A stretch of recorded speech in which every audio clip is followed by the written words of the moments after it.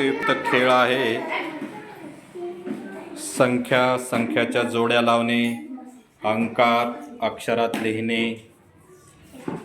काल मी मुलांना करून दाखवल्यानंतर आज मुलांनी स्वतःहून या जोड्या लावलेल्या आहेत. पहा, वजाबाकी केल्यानंतर काय होते, त्या संख्याचा सहसंबंध काय आहे,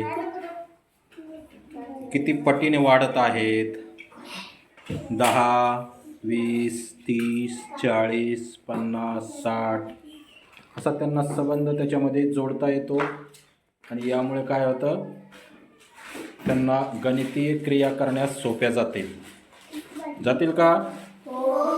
बेरीज वजाबाकी करताना असे अंक येतात का? 5 मधून 2 गेले म्हणजे काय करतो आपण इथे? वजाबाकी करतो. इकडं तुम्ही काय केलं, का म्हणून ठेवलं ते? कशाचे कार्ड होते तुमच्याकडे?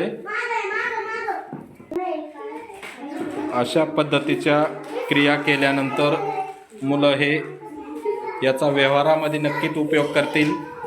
आणि व्यवहारामध्ये उपयोग केल्यामुळे त्याला गणितीय क्रिया, गणिताचा व्यवहारामध्ये काय वापर करायचा हे समजेल. मुलांना बेरीज वजाबाकी सर्व करता येते, पण व्यवहार करता येत नाही.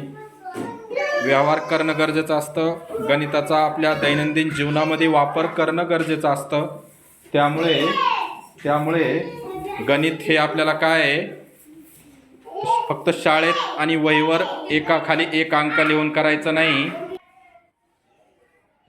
तर ते आपल्याला प्रत्यक्ष आपल्या जीवनामध्ये गणित उतरवायचं आहे.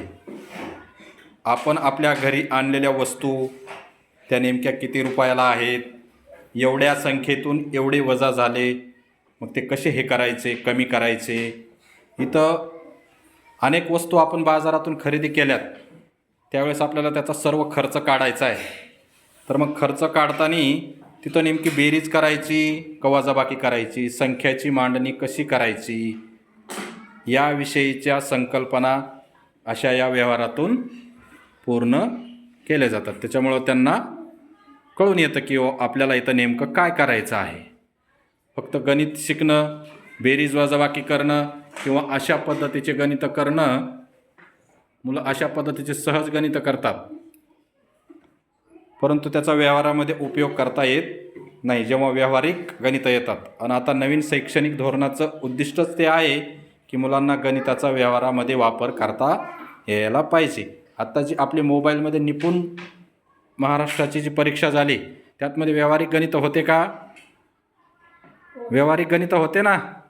व्यावहारिक गणितं म्हणजे शाब्दिक उदाहरणं होते ना.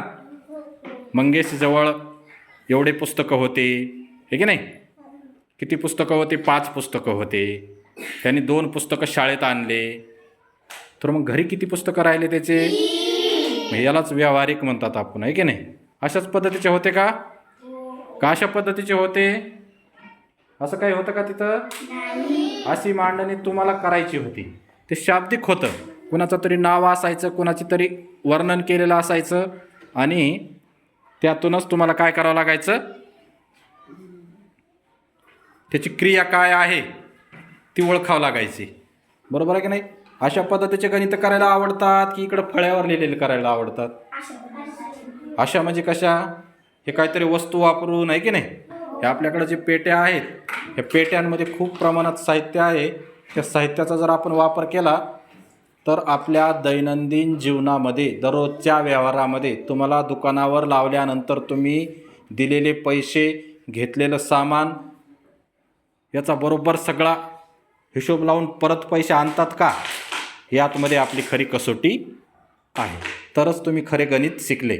नाहीतर मग दिले 50 रुपये, 20 रुपयाची वस्तू आणली काहीतरी आणि वापस आणले फक्त 20च रुपये, मग किती रुपयाचा घोळ केला तुम्ही?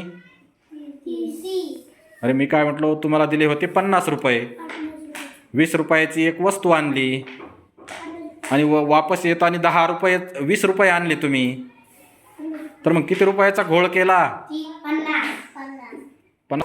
तर मग तुम्ही ती वस्तू खरेदी केल्यानंतर तुमचे वस्तूला गेलेले पैसे, दुकानदाराने तुम्हाला वापस दिलेले पैसे, वस्तूला किती रुपये गेले? 20 रुपये गेले. वापस किती दिले? 20. 20 आणि 20 किती झाले?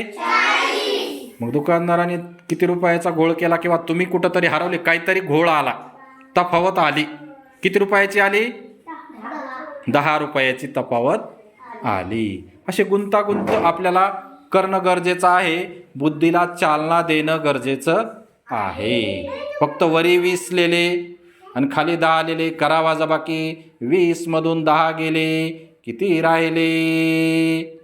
तुम्ही म्हणता 20 मधून 10 गेले, 10 राहिले. अशा पद्धतीचं न करता तुम्हाला त्याचा व्यवहारात उपयोग करायचा आहे. करायचा आहे की नाही? असे गणित आवडतात ना? बर ठीक आहे. आता हे ठेवून द्या व्यवस्थित. परत आपल्याला पुन्हा लहान मुलांना कृती करायला सोपं जाईल. हो, पन्नीमध्ये भरायचं आहे.